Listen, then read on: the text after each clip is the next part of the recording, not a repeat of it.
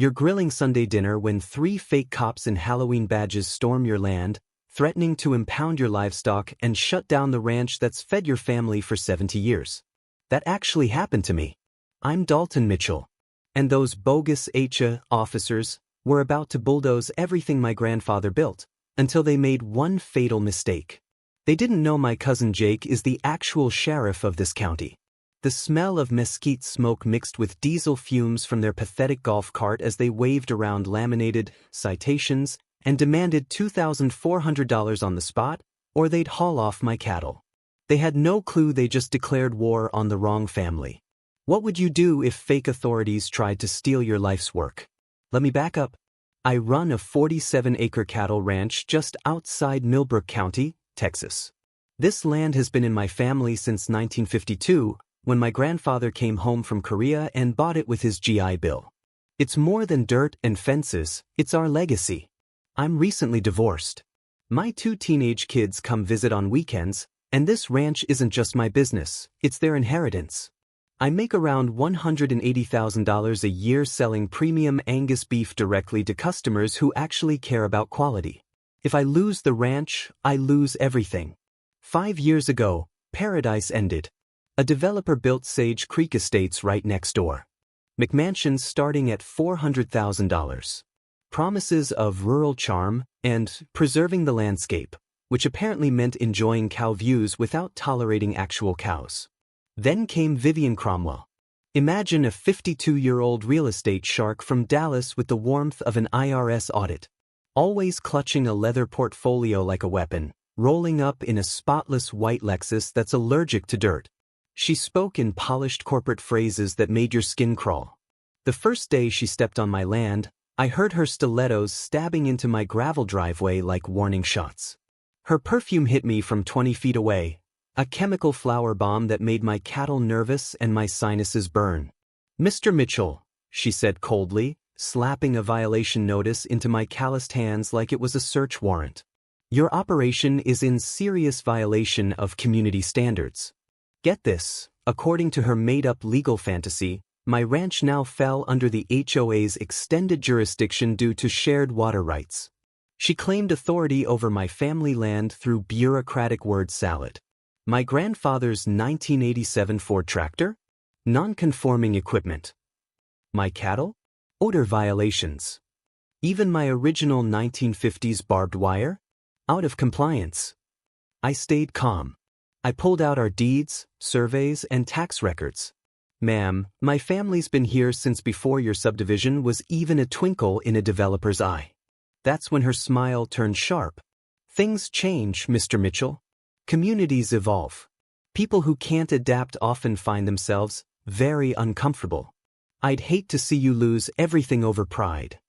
It wasn't about rules. It was extortion with a corporate grin. Within 48 hours, she started billing me $500 a day for fake violations. That's $182,500 a year, more than my entire income, for the crime of ranching on ranch land. Then came the real tip-off. A buddy of mine in real estate gave me a heads up. "Dalton, someone's quietly showing your land to developers." Vivian wasn't trying to fix violations, she was fabricating a crisis to force me off the land. That night, I sat on the porch watching my cattle graze in the sunset, and I remembered what my grandfather always said: bullies count on good people being too tired to fight back. The moment you stop fighting is the moment you lose everything. Vivian Cromwell thought I'd just roll over. She didn't realize my family's been defending this land for 70 years, and we know how to fight dirty when we have to. 2 weeks later, she escalated. Hired HOA Enforcement Solutions, a glorified clown squad of 3 guys in fake uniforms driving modified golf carts around like they were patrolling Fallujah. Their leader was Buck Hargrove, 38 years old, ex-mall cop, current authority complex with the laminated badge. His navy polyester uniform squeaked when he walked and stank of cheap cologne and desperation. Tuesday morning, I was replacing fence posts when I heard the high-pitched whine of a golf cart. Buck rolled up with amber lights flashing like he was responding to a bomb threat. "Sir, step away from the equipment," he ordered, wobbling out of his cart. "You are in violation of HOA Code 47B. Unauthorized fence modification. You have 15 minutes to cease activity and pay $2,400 or we will impound your livestock. I looked at his badge. Plastic. Spray-painted gold. Something my kids would have worn at Halloween, except they had the sense not to threaten grown men while wearing it. As Buck read from his laminated laws, I quietly Googled HOA enforcement solutions. Their website was 3 weeks old. Registered to Vivian's cousin's landscaping company. Their training was a $39.99 online course that took 20 minutes to complete. Years ago, my brother-in-law got arrested for impersonating a peace officer. In Texas, that's a felony. These guys were committing actual crimes while pretending to enforce fake ones. So I didn't confront Buck, I recorded everything. Trail cams around the property. Time-stamped logs. Audio and video of every encounter.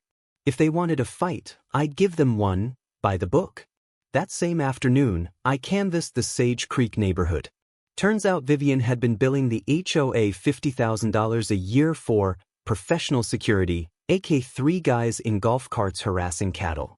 An elderly neighbor, Mrs. Henderson, whispered to me, "She's charging us for protection that doesn't exist while trying to steal your land. We're tired of it." The next morning, Buck came back with a chain, trying to tow my 1987 Ford tractor with his golf cart.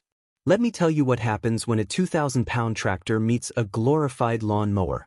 He hooked the chain to the axle, revved his cart, and physics did the rest. The chain went tight, the cart's rear wheels lifted like a seesaw, and Buck flew backward into a fresh mud puddle, courtesy of my cows. Splash. Squish. Face full of cow mud. I've seen calves with better balance. 20 minutes later, Vivian's white Lexus rolled in. She wouldn't even step out. Just screamed through the cracked window, "This isn't over, Mitchell. We have connections." "Can't wait to meet 'em," I said, still recording. The smell of diesel and mud gave way to hay and nightfall. Buck's soggy uniform probably still drying somewhere. But what Vivian didn't know was that every fake citation, every threat, was helping me build a legal case. In Texas, impersonating officers and filing false claims isn't just harassment. It's criminal. And I was just getting started. "Mr. Mitchell, I shouldn't be telling you this," the health inspector muttered, eyes darting nervously. "But these complaints? Same person. Same timing. Same false allegations. Can you prove it?" I asked. "Check the timestamps. All filed at exactly 8:47 a.m. every Monday. Like someone's using calendar reminders to weaponize the government."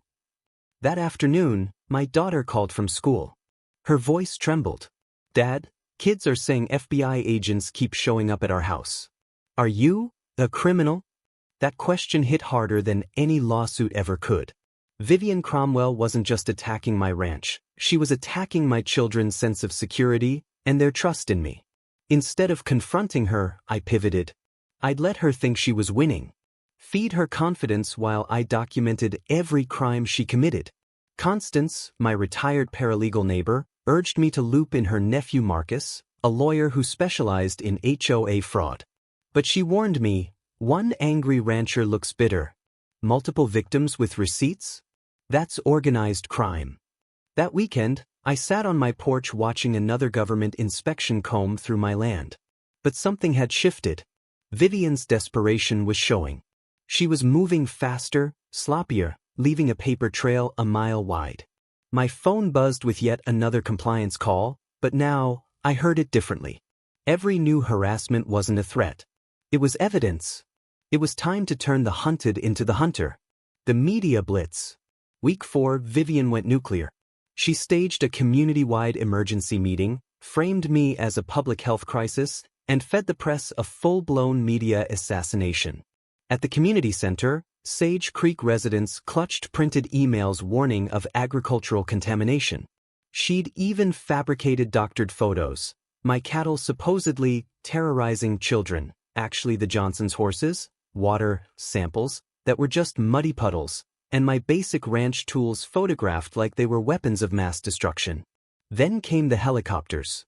Channel 7's news crew set up outside my kitchen window like they were covering a toxic spill site. I tasted adrenaline in my coffee as I watched Vivian in her white blazer, standing next to her pristine Lexus, pointing at my ranch like she was reporting live from a war zone. This man's reckless disregard for public safety has escalated beyond tolerance, she said to the camera. We've documented contamination, aggression, and now he's threatening legal action against families who are just trying to protect their children. But what Vivian didn't know, my trail cams had captured her team staging every lie. They moved cattle panels to make them look broken, spread manure at the property line for photos, dumped oil in puddles, staged chaos, then called it evidence.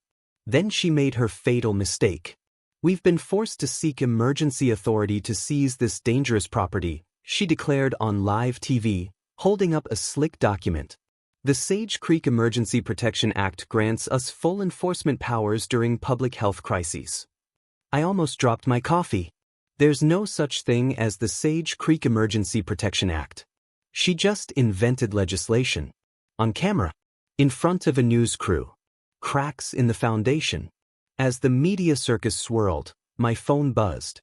Constance was breathless. Dalton, you need to sit down. I've been digging into Sage Creek's records. The HOA was never legally incorporated. They don't exist. Not legally. Every fine, every citation, every action they've taken for 5 years, it's criminal theft. It felt like a dam breaking. No articles of incorporation. No registered bylaws. No authority. Vivian had created a fake organization, collected hundreds of thousands in dues, and bullied real families out of their homes. On paper, she forged herself. Later that day, 3 Sage Creek residents knocked on my door, angry, embarrassed, and finally awake. Tom Bradley, a retired firefighter, spoke first. Mitchell, we owe you an apology. Half the neighborhood's had it with her drama. Our dues tripled. She's threatening neighbors. Now she's dragging news cameras to our front lawns. Sarah Morgan, a nurse practitioner, added, she asked my teenage daughter what she knew about your nighttime activities. That's when I realized she's unhinged. Vivian wasn't running an HOA. She was running psychological warfare. She began stalking my property at night, parking just beyond the fence line. Sitting there, watching, like some deranged ex-girlfriend with a clipboard. Breaking point. Then came the call that nearly broke me. My ex-wife, voice tight with fake concern. Dalton, I saw the news. Maybe the kids should skip this weekend until your legal issues are sorted. What legal issues? I haven't been charged with anything. She said multiple agencies are investigating you. I can't risk the kids' safety in all this chaos. Vivian's campaign had finally reached its goal, turning my own children against me through lies and fear.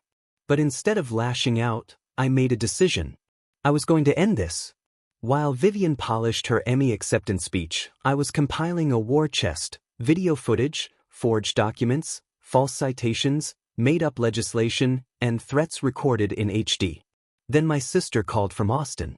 Jake's been asking about you, she said softly. Jake Mitchell. My cousin. Sheriff of Millbrook County. Former Texas Ranger. We hadn't spoken since Dad's funeral. A stupid fight over who inherited his old hunting rifle. Texas pride runs deep, even when it's dumb. He's investigating fake law enforcement complaints in the area, she said.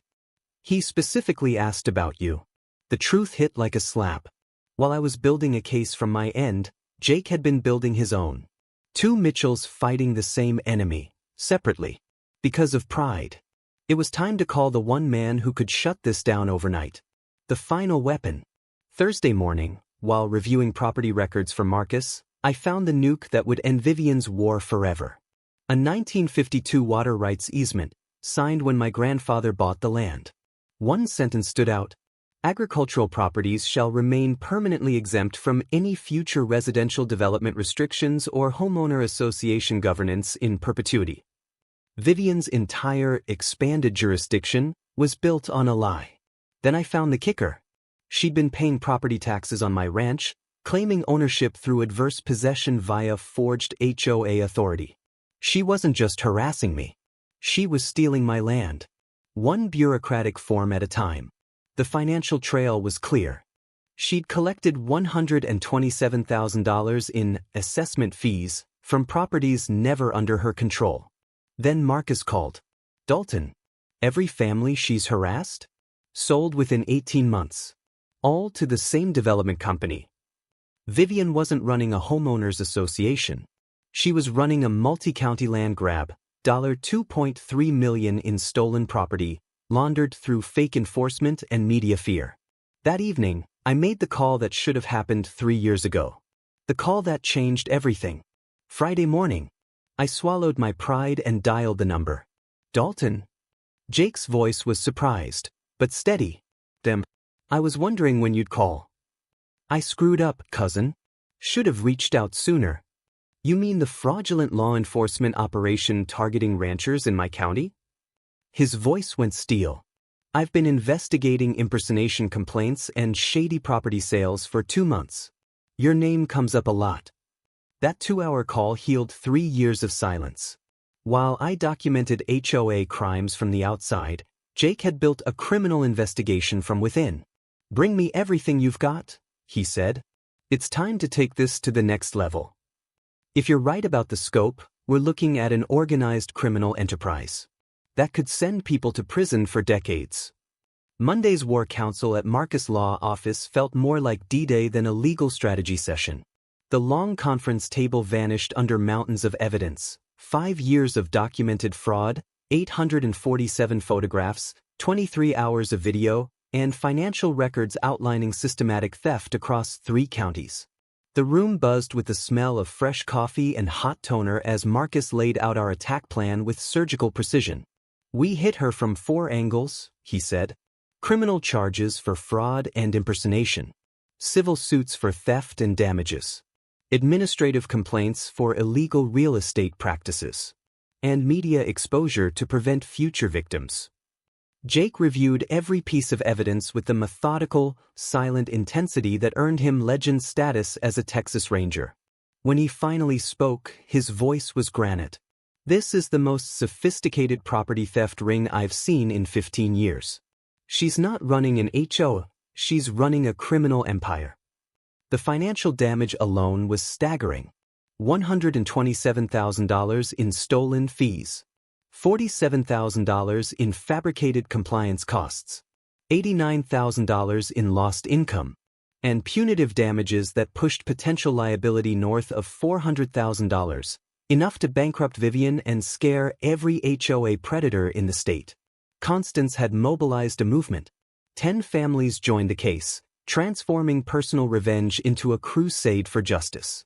Mrs. Patterson, whose late husband earned his ranch with Korean War disability benefits.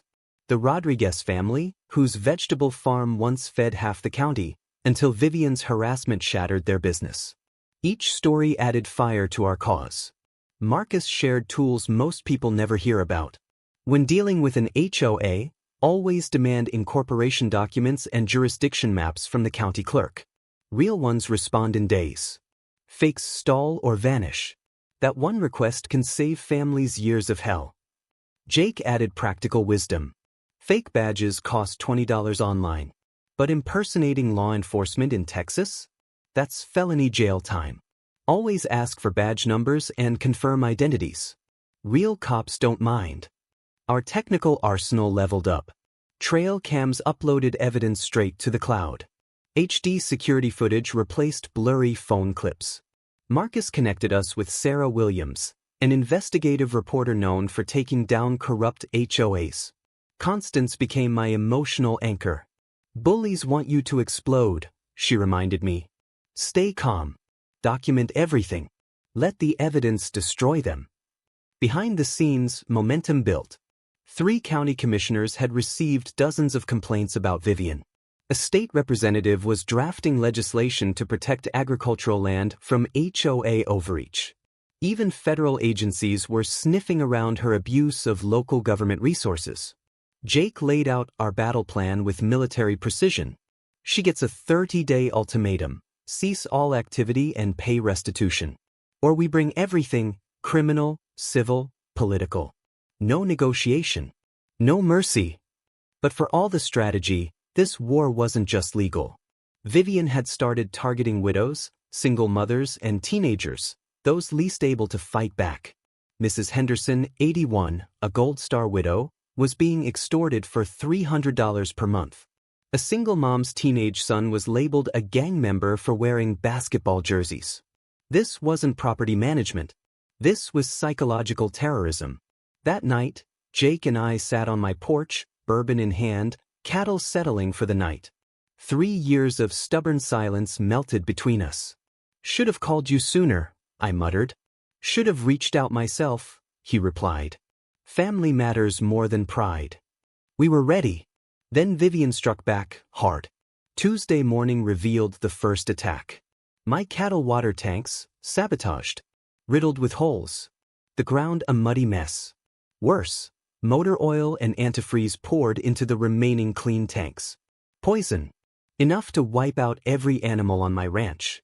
The smell? Metallic, chemical, nauseating. If I hadn't found it in time, 70 years of family legacy would have died overnight. In the feed shed, someone had glued the lock shut, cut ventilation holes, and poured gasoline inside, turning it into a firebomb. But Vivian made one critical mistake. She underestimated my cameras. HD footage caught it all. Buck Hargrove and his fake enforcement team trespassing at 2:47 a.m., faces visible, bolt cutters in hand, pouring poison like cowards in the dark. "Got you, you psychotic bastards," I whispered, watching the footage. Marcus filed felony complaints before sunrise. Real deputies arrived within hours, this time, treating the scene with deadly seriousness. Jake's reputation ensured high-priority status. Vivian panicked. She filed a restraining order claiming I was stalking her with dangerous farm equipment. Her evidence? Edited photos of me operating a tractor, routine work twisted into intimidation. At the hearing, she presented paid witnesses who lied under oath, claimed I'd threatened to run them over and poison children. It was fiction, performed with rehearsed tears and Hollywood flair. Judge Martinez looked skeptical, but granted a temporary order pending investigation. I walked out gut-punched. Vivian had successfully weaponized the legal system, painted me as a menace while she tried to kill livestock and burn down property. Her next move? Pure terror. Attacks on allies and blood. She mailed threatening letters to every Sage Creek resident on fake legal letterhead, claiming anyone supporting me was liable for enabling agricultural terrorism. Mrs. Patterson, the widow supporting me, received a letter claiming her husband's military benefits could be seized as restitution. My ex-wife got a call from fake CPS investigators. "Dalton, I can't let the kids visit," she sobbed. "They said you're exposing them to toxic chemicals, contaminated water, and livestock diseases." I knew it was a lie. But she had official-looking documents. School records. Medical details. Vivian had stolen my children using bureaucratic fraud and emotional warfare. That 30-minute call nearly broke me. Then came the bribe and threat.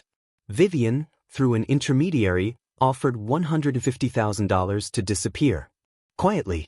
Sign away all claims. When I refused, the messenger leaned in. Accidents happen on ranches, equipment fails. Sometimes people get hurt when they don't take reasonable offers. Friday brought the twist that changed everything. Ray Morrison, the private investigator Vivian hired for dirt, called me directly. "Mr. Mitchell, I can't do what she's asking." He looked pale, genuinely shaken. He handed me a check, $15,000, memo line, evidence fabrication. "She wants me to plant drugs, file fake domestic violence reports, create false financial crimes. That's not investigation. That's felony conspiracy." He had recordings. Vivian's voice. Planning it all. "Will ruin him permanently. Make it look like financial fraud. Maybe something involving minors, something that sticks." Jake showed up minutes later. Listened to the tapes, face darkening. "She just handed us 20 years of prison time. It's over." That night, as Jake patrolled the ranch and the wind rustled through the pasture, I sat with my bourbon, watching the footage again, Morrison's evidence in one hand, my children's future in the other. For the first time in weeks, I felt something I hadn't in a long time. Justice was coming. When classmates started asking my kids if their dad was a terrorist, I nearly broke. By Wednesday, Vivian escalated from psychological warfare to financial sabotage. Anonymous complaints flooded my customers, claiming the health department had shut me down for contamination. By noon, 3 of my biggest restaurant partners had canceled contracts, $40,000 in revenue, gone. Next, my insurance company called. They'd received multiple urgent reports of dangerous property conditions and were threatening immediate policy cancellation pending emergency inspection. Then the bank called. My loan officer asked if continuing to do business with a controversial agricultural operation was wise, given ongoing reputational risks. I'd become toxic. Vivian had done it. She'd isolated me from my customers, my community, and now, my own family. Every day brought a new fabricated crisis that demanded expensive consultants, legal responses, or repairs, all draining my savings while destroying my reputation. And then came Thursday. Her most sophisticated attack yet, federal agencies. USDA, OSHA, even Homeland Security, all launched simultaneous investigations based on credible reports of agricultural bioterrorism. Each demanded immediate compliance and on-site inspections, each one costing thousands in consultant and legal fees. It was a paperwork avalanche designed to bankrupt small operations through bureaucracy alone. Environmental assessments, biosecurity protocols, equipment certifications, worker safety evaluations. A labyrinth of red tape meant to crush me. But Friday? Friday nearly destroyed me. My ex-wife called sobbing. She'd just received a letter from Child Protective Services. They were investigating me for allegedly exposing our kids to biological hazards during their weekend visits. They've got medical reports, she wept. Professional documentation. Contamination risks. I don't know what to believe. That call lasted an hour. 60 minutes of weaponized fear overriding a mother's instincts. Vivian had gone nuclear, weaponizing my children against me through expert-level institutional fraud. But while my world collapsed publicly, Jake had been working behind the scenes. And what he found changed everything. Vivian wasn't just harassing me. She was part of a coordinated criminal network operating across multiple counties. A conspiracy targeting rural landowners with systematic fraud to force land sales and redevelopment. Saturday night, I sat on my porch surrounded by media trucks, watching police helicopters circle overhead and angry protesters line up at my gate. That's when Jake called. Tomorrow's meeting at the high school? It's not just about your ranch anymore, he said. Federal investigators are attending. Vivian's about to find out she picked the wrong damn county to run her scam.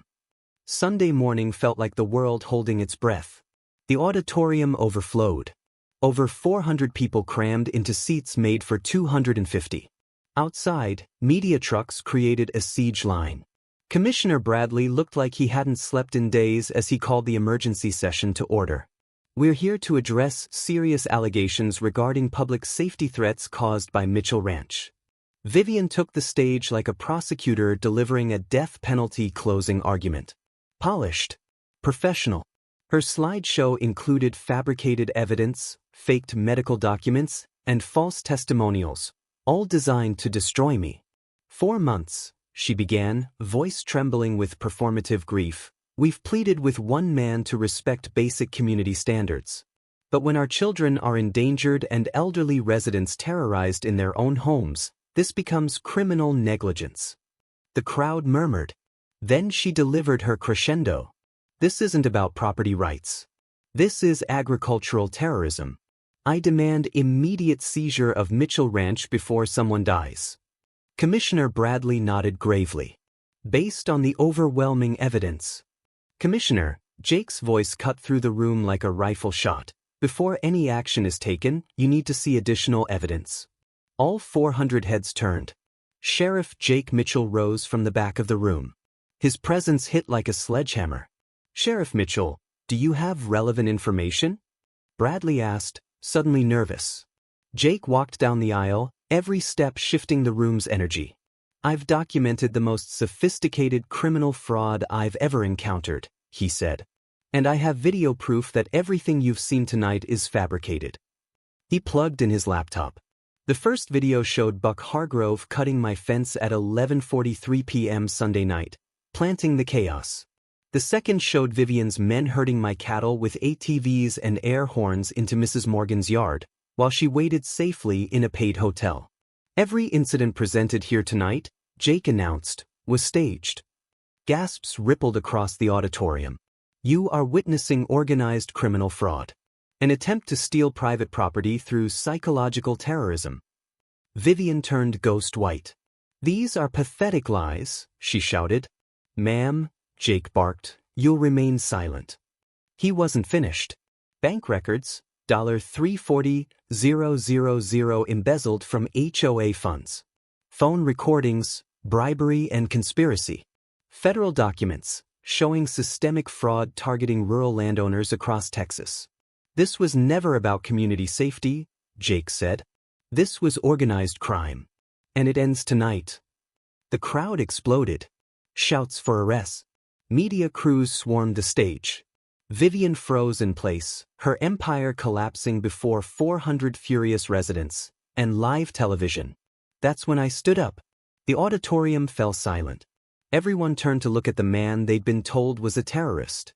Instead, they saw a tired father, a stubborn rancher, and a man who had refused to give up. "You know what I learned in this war?" I asked. "Bullies count on good people being too tired to fight back. But when they come for your kid's inheritance, when they turn your neighbors into weapons, you document everything and trust that truth will win." Applause started like a heartbeat. Then it roared. Commissioner Bradley choked up. "All complaints against Mitchell Ranch are dismissed," he declared. "Federal authorities will handle the criminal charges." Behind us, handcuffs clicked. Vivian Cromwell was done. Vivian was convicted on 23 felony charges: fraud, conspiracy, impersonation, and theft. She got 15 years and was ordered to pay $1.2 million in restitution. Buck Hargrove and his fake enforcers each got 18 months. A class action suit, filed by 47 defrauded families, won $2.8 million in damages. Every stolen dollar recovered, plus punitive penalties that put other scammers on notice. Sage Creek Estates elected new leadership, eliminated fake security contracts, and dropped HOA fees by 60%. Turns out Vivian's services were billing $40,000 a year for nothing. My ranch business exploded. The media turned me into a folk hero. Orders surged 400%. I hired 3 ranch hands and expanded to meet demand from customers who wanted to support independent farmers. My kids beam with pride now. They bring friends for tours. My ex-wife apologized publicly, saying even she had been manipulated by fear. Jake and I? Stronger than ever. Urban and brotherhood once a month. We now train communities statewide on spotting HOA fraud. Marcus Law Firm grew too. They now handle 127 cases across 5 states using the same system we created. Millbrook County passed the Property Owner Protection Ordinance, requiring verification before HOA complaints can be processed. Filing false claims? Now a felony. And that was just the beginning. Texas passed the State Rural Heritage Protection Act unanimously. HOA power over AG operations? Limited. Harassment? Criminal. And we started the Rural Heritage Scholarship Fund. So far, we've helped 63 farm kids go to college, studying veterinary medicine, sustainable agriculture, and rural law. We even bought 35 adjacent acres Vivian had targeted for development, permanently preserving 82 acres of ranch land for the next generation. Sage Creek neighbors now buy beef from me directly. Mrs. Morgan, once terrorized, brings her grandkids to the ranch monthly. She's my best customer. Local schools now teach our story in civics class, about how citizens used the law to defeat corruption. Every October, we host Heritage Days. Last year, 25,500 visitors came to celebrate community resilience. Hayrides, ranch tours, and justice served over barbecue. Last weekend, I stood on my porch as the sun set over land my grandfather built with his bare hands. Kids from Sage Creek played with ranch dogs. The smell of hay mixed with mesquite smoke. 5 years ago, I thought I was defending my ranch. Turns out, we were protecting every American's right to live free from clipboard tyranny.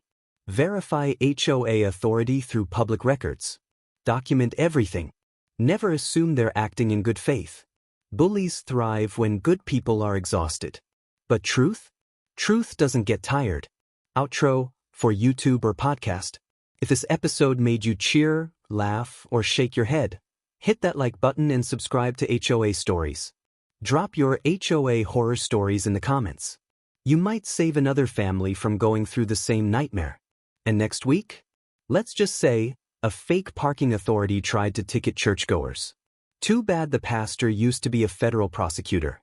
Thanks for watching Tale Times, where justice is homegrown.